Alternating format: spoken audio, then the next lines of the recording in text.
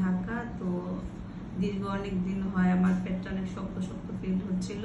ডাক্তারের কাছে গেছি, মানে ডায়াগনস্টিকে ওখানে তেমন ধরা পড়ে না, শুধু বলছিল চাকার মতন। তো আবার কুয়েত হসপিটালে গেলাম, ওখান থেকে আলট্রা করে ধরা পড়লো যে পেটে টিউমার আছে কত 19 সেন্টিমিটার। তো ওখানে বললো যে ভালো কোনো হসপিটাল থেকে এটা কেটে ফেলার জন্য বলছিল, জরায়ুষই কেটে ফেলার জন্য। তো সমস্যা, তো আমার যেহেতু একটা বেবি, তো তারা বেবির দিক চিন্তা করে আমি এখন অপারেশন করাইছি আমাদের এই গাজীপুরে কালীগঞ্জ থানার নোবা হসপিটালে জামালপুরে।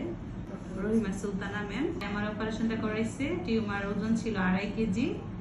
তো অনেক বড়, মাশাআল্লাহ এখন ভালো আছি, আর রিপোর্টটাও ভালো আসছে, শুধু টিউমারই। তো আমার জন্য দোয়া করবেন, ম্যামের জন্য সবাই দোয়া করবেন।